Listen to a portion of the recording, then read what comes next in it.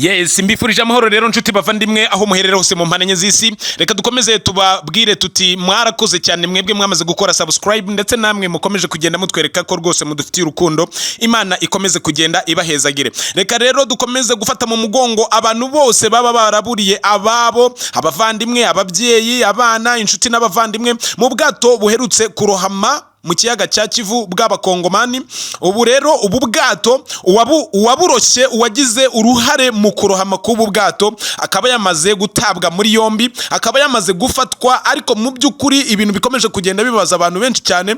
Ubwato bwo muri Kongo bwamaze iminsi 4 burohamye mu kiyaga cya Kivu, bwabonetse muri metero 200 z'ubujyakuzimu. Tekereza nawe uyu mukapiteni w'ubu bwato wahawe amadolari 4,000 kugira ngo arohe abantu barenga 340 mu kiyaga cya Kivu. Abizi uburyo ikiyaga cya Kivu cyica, abizi uburyo amazi yica, maze ibintu bikomeje kugenda bibaza abantu, bakaba babusanze muri metero 200 z'ubujyakuzimu. Ubu bwato bwitwa MV Merdi nkuko nina bibabwiye mu biganiro byatambutse, bwarohamye tariki ya 3 Ukwakira 2024, hasigaye urugendo rwa metero 700 kugira ngo bugere ku cyambu cyangwa se ku mwaro cya Kituku giherereye mu mujyi wa Goma, aho ubu bwato bwari bujyanye abagenzi ndetse n'ibicuruzwa.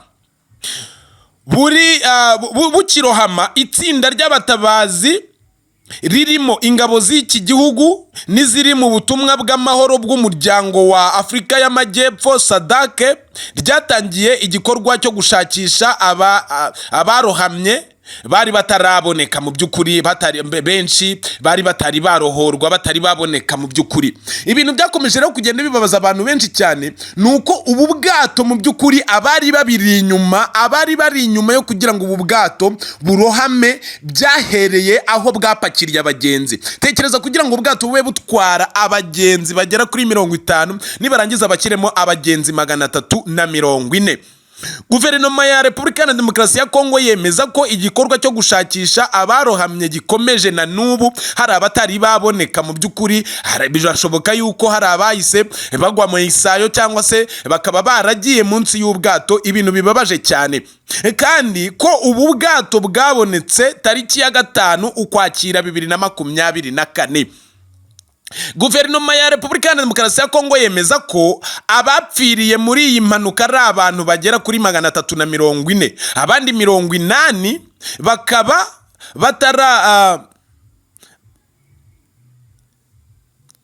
abandi 80 bakaba baratabawe bakiri bazima. Guverineri w'intara ya Kivu y'Amajyepfo ubu bwato bwaturukagamo, Jean-Jacques Perus, we yemeza ko abapfuye ari abantu 273. Minisitiri w'umutekano w'imbere wa Repubulika ya Demokarasi ya Kongo Jacquemain Shabani ubwo yageraga igoma kuri uyu wa 6 Ukwakira, yasobanuye ko iperereza rikomeje kugira ngo hamenyekane impamvu nyamukuru yateye iyi mpanuka y'ubwato. Iyi mpanuka y'ubwato ikaba yaratewe n'umukapiteni wari waguriwe, ndetse we ntiyari yasobanura abari bamuhaye amadolari y'umurengera ko yasanzwe ahembwa. Bikaba byakomeje kugenda bihwihwiswa yuko hashobora kuba ari abantu bari mu mashyamba ya Kongo, hatabashe kumenyekana nimba araye mu 23 cyangwa ari za FDLR cyangwa n'ibindi, kuko muri Kongo habarirwa imitwe myinshi cyane iri mu mashyamba ya Kongo. Uyu muyobozi yasobanuye ko ababa baragize uruhare muri iyi mpanuka nibamara kumenyekana bazafatirwa ingamba kugira ngo ibyago nk'ibi bitazasubira ukundi. Umukapiteni rero akimara kuroha ubwato, mu by'ukuri bivugwa yuko yahise we yoga, yari afite ngo jire ahita yoga arambuka, ariko bikaba bivugwa neza yuko abashinzwe umutekano ndetse hafi ahangaha yo ku cyambu bahise bamufata ariyo mpamvu hakwirakwiye video ndaza kubereka mu kanya y'ukuntu bamufashe bagahita bamugumana ariko ntibashake kwerekana mu by'ukuri uko cyangwa se uko byaba byaragenze kugira ngo abashe kuroha buno bwato, akaba ari guhatwa ibibazo. Ariyo mpamvu dukomeza kugenda tubatohoreza iyi nkuru, ndetse tugomba no kubaha ibihamya bikomeye cyane by'ukuntu ubu bwato bwaba bwaragambaniwe kugira ngo abantu bagera muri 340 muri bo 278 babashe kuba barapfuye, abandi baburirwa irengero, abandi bangahe batabarwe ari bazima. Iyi nkuru rero yakomeje kugenda mu by'ukuri ibabaza abantu benshi cyane. Nta muntu itababaje mu by'ukuri, nta muntu itababaje kubera yuko ubu bwato bwapfiriyemo abana bakiri batoya, bupfiramo abantu bagera kuri 210 na bangahe mana ya. Ubu bwato bwababaje abantu ku buryo utabasha kubyumva. Iyi nkuru rero n'izindi zijyanye nazo bisabwa yuko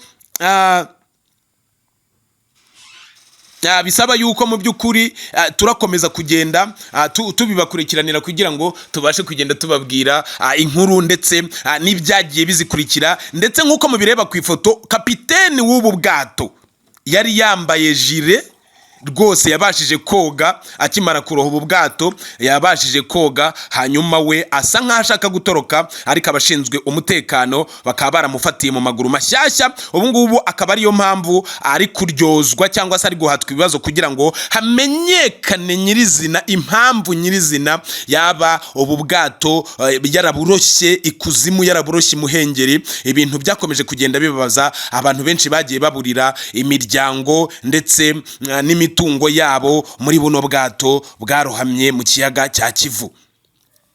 Yes, reka rero tubabwire yuko ibintu byakomeje kugenda rero bitangaza abantu benshi cyane, ari ukuntu Perezida Etienne Tshisekedi nimba ari hungabana yaba yaragize, nimba uyu mugabo yashobora kuba atari na muzima, ukuntu rwose uyu mugabo yaje kugira umujinya w'umuranduranzuzi, agatongana bikomeye cyane. Ibintu byakomeje kugenda bitangaza abantu benshi cyane. Ndetse uyu mugabo Tshisekedi byamugendekeye gute ko mbere abantu bavugaga yuko ari intiti, ari intyoza, yaba yarize ngo amashuri menshi. Inama ya OIF Tshisekedi yarigaragambije kuri Perezida Macron. Amakuru aturuka mu gihugu cy'Ubufaransa aravuga ko Perezida Félix Antoine Tshisekedi Chilombo wa Repubulika ya Demokarasi ya Kongo yigaragambije kuri mugenzi we Emmanuel Macron.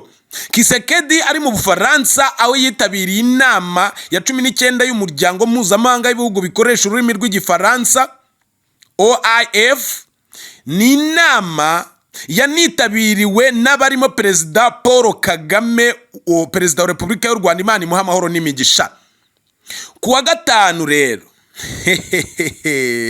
kuwa gatanu tariki ya 4 Ukwakira nibwo Perezida Emmanuel Macron yayoboye umuhango wo gufungura ku mugaragaro iriya nama ya OIF, mbere yuko ku gicamunsi cyo kuwa gatandatu haba ibiganiro byo mu muhezo byari bwige ku bwumvikane ku buryo bushya bw'imikoranire hagati y'ibihugu. Ibintu rero byakomeje kugenda biba agaterera nzamba gute. Ibi biganiro nabyo biri mu byayobowe na Perezida Macron. Amakuru yemejwe n'abarimo ibiro ntaramakuru ASP by'Abanyakongo avuga ko Tshisekedi yanze kwitabira biriya biganiro mu rwego rwo kwigaragambya Perezida Emmanuel Macron kubwo kuba ubwo yaratangizaga inama ya OIF yaranze kuvuga ku makimbirane yo mu burasirazuba bwa Kongo. Nyamara iki gihugu ari cyo kiza ku mwanya wa mbere mu isi mu bifite abaturage benshi bakoresha igifaransa. Ni Perezida Macron ku wa gatanu wamaganye intambara ziri mu bice bitandukanye bitandukanye by'isi by'umwihariko iyo Isiraheli irwanamo n'imitwe yo mu bihugu bya Palestina na Libani. Kongo Kinshasa yakunze kwikoma u Rwanda irushinja kuba nyirabayazana y'amakimbirane yo mu burasirazuba bwa Repubulika ya Demokarasi ya Kongo, ndetse birasa naho Kisekedi yifuzaga ko perezida w'Ubufaransa ashimangira ibi birego. Si ubwa mbere abayobozi ba Kongo bigaragambiriza mu nama ya OIF, kuko no mu Gushyingo 2022 ubwo Jeriba muri Tunisia haberaga inama ya 18 y'uriya muryango, Michael Sama Rukonde wari minisitiri w'intebe wa Repubulika ya Demokarasi ya Kongo yanze kujya mu ifoto y'urwibutso y'abakuru b'ibihugu na baza guverinoma bari bitabiriye iriya nama ngo kuko yarimo perezida Paul Kagame. Tekereza nawe, tekereza mu by'ukuri. Reka rero dukomeze tubatohoreze aya makuru ndetse anajyanye mu by'ukuri n'ibi bintu biri kugenda bivugwa mu karere k'ibiyaga binini. Reka mbabwire yuko mugomba gukomeza gukora subscribe kugira ngo tubashe gukomeza kubaka umuryango mugari wa Damuru TV Show. Reka mbashimire rero nshuti bavandimwe muduteze amatwi aho muherereye hose mu mpande z'isi. Njyewe ubategura nkanabagezaho ibi biganiro umunsi ku wundi. Ndi umuhungu wanyu Ryan Damureri Manas kuri mikoro. Ndabakunda cyane. Imana ikomeze kubashyigikira, ibahe amafaranga n'amagara mazima, ubundi dukomeze twitwikire kuko n'ubundi imyaka 100 dushobora kuyirenza ariko nta myaka 1000. Ciao ciao, hasta la vista, hasta mañana. We love you so much. We love you enough. Ladies and gentlemen, we love you. We love you. We love you.